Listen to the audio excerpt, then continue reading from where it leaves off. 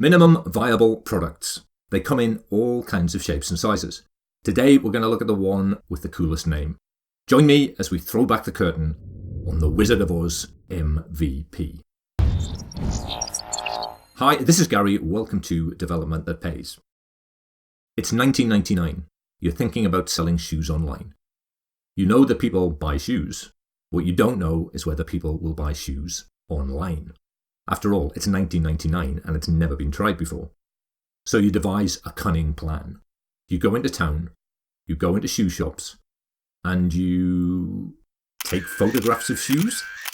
You sneak out again, back to the office, and upload photographs to a website. What happens when someone buys a pair of shoes? Not a problem. You pop back into town, pop back into a shoe shop, and you buy the shoes. Next up, the post office, where you ship the shoes off to the customer. This, as you might have spotted, is the story of the early days of Zappos. It's the best example I know of a Wizard of Oz MVP.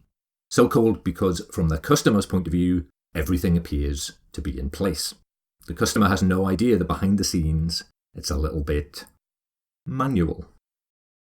In the Zappos case, all of the going into town, going to the shops, taking photos, going back into town, going back into the shops, buying shoes, it's all hidden behind the curtain. From the customer's point of view, the Zappos business looked and operated like a fully functional e-commerce operation.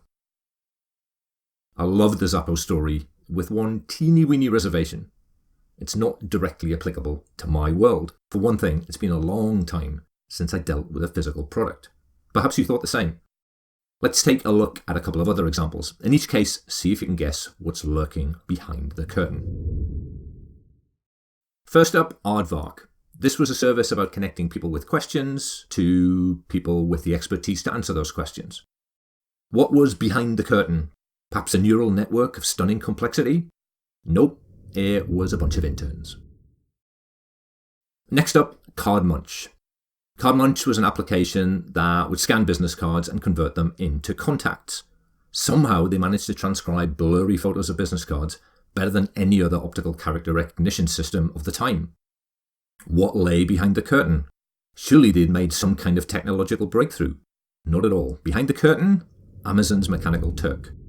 Mechanical Turk has a green curtain of its own. Behind the green curtain, people.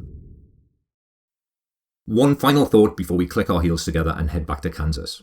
David J. Bland says that the hard part about MVPs is that you decide what's minimal and the customer determines if it's viable. A Wizard of Oz MPV all but guarantees a high viability rating. The minimal, usually manual process is hidden behind the curtain. The customer has no idea that corners have been cut. Thank you very much for watching. I look forward to talking to you next time. Pay no attention to that man behind the curtain.